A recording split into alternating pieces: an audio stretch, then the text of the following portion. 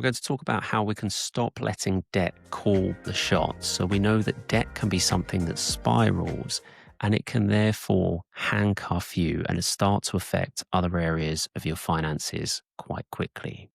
So how do we avoid that happening and how do we tackle debt that we might already have? Okay. Well, the first thing that we can do is ensure that we save a small emergency fund. And that small emergency fund would be designed to pay for things that are unforeseen. So that might be your car breaking down, it might be your boiler breaking or something happening in the home that needs replacement repair. Okay. Now you could take a view on how much you might need to have as an emergency fund to cover those things. Okay. Now that will help us, number one, to avoid having to borrow money in order to cover those things. If we're already in debt, it will help us to stay on track with repayments as well without those events setting us further back. Now, in most areas of our finances, when we're talking about setting out budgets, when we're talking about saving or investing money, we would always encourage you to stay quite balanced with that. So we want you to be able to live life now and enjoy life now, as well as do responsible things and save for the future. Okay, we want to balance those things. We're not necessarily trying to put you on a financial diet that feels like you're giving up enjoyment today in order to do things like retire in the future. We want to achieve both of those things in a balanced way if we can. Short-term debt is one area where we have to get quite tough on ourselves. Okay, because if we don't, if we're not willing to make some changes, if we're not willing to bite the bullet and live life in perhaps a more difficult way in the short term, it's going to take an incredibly long time for most of us to get ourselves out of short-term debt. Making minimum repayments on things like credit cards will prolong your debt. It's not going to eat into the interest you're paying enough. It's not going to eat into your balance enough to get you out of debt quickly. Okay, so we want to prioritize making additional payments to tackle your debt over investing, overspending. We can tackle those things afterwards. Let's get tough on our debt to begin with. It's also really important that we develop a plan to tackle our debts. We know with debt, nobody likes to look at their balances. Nobody likes to look at the debt they might have accumulated, but we need to do that. So burying your head in the sand here isn't going to be helpful. We want to create a plan, be aware, be conscious of how we're going to tackle this issue. Now, we've got a case study here. We've got Jonathan. He's got 4 different kinds of short-term debt. He has a credit card, he has a car loan, a store card. So that would be like a retail store card where he's perhaps spent some money in his favorite retail store and they've given him some credit. They charge some interest in return. Okay. He's also got a retail finance agreement. These are now quite common. It might be that you've bought a sofa or a phone and you've been offered some interest-free credit. Okay. You can see he's got a different balance on each one, so varying levels of money that he owes to each of those providers. We've then got the interest rates, which again vary from almost 30% on his store card to 0 on his retail finance. So that debt's actually not costing him anything. On the right-hand side, we've then got his minimum payments. He needs to make a payment every month in order to service those loans so that he doesn't fall further behind and create issues for his credit history. Okay. So you can see his short-term debt, these 4 areas, are costing him £500 per month. And I'm sure all of us could think of something better to be doing with that £500. So we want to get tough on his debt. If he's just to make minimum payments, it's going to take him 137 months in order to clear those balances.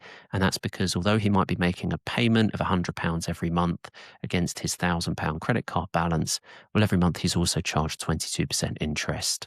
Okay, so there's interest accruing, his balance goes up, the minimum payment then brings that down. So what can Jonathan do? Well, there are 2 methods that he could use to deliberately bring down the debt that he has and tackle it sooner, bring forward that point where he becomes debt-free. Now, he needs to, first of all, assign some money to tackle this issue. Okay, so that might mean going through a budgeting exercise. It might mean giving up a holiday next year or spending a little bit less in other areas. Again, getting tough on his debt to enable him to tackle this faster. Once he does that, so let's imagine that he's got an extra £100 a month that he can pay towards his debt. What can he do with that £100 a month? Where does it go? Where does he focus it? Well, there's two schools of thought here. He could use what's called the avalanche method. And this is where the first thing he does is focus his repayment on the debt that's charging the highest level of interest. So you can see his store card is charging 28% as APR as his amount of interest. That's his most expensive debt every month. Okay, they're charging him the most proportionately. Now, he could therefore pay his £100 towards his store card. Once he gets to the point where that debt is cleared, so he's paying £100 extra every month, he's also making the minimum payment of 50, so now his total repayment is 600 across all of the debts that he has. Once that store card debt is cleared, he will then focus that repayment of £150 that he's been making towards his store card on his next most expensive debt, which would be his credit card. Okay, he then tackles that one. He goes down then to the car loan. Again, each time he clears a debt, he uses the minimum payment that he was making towards that debt to tackle the next one. The other method he could use is called the snowball method, and this is where he looks for small wins first.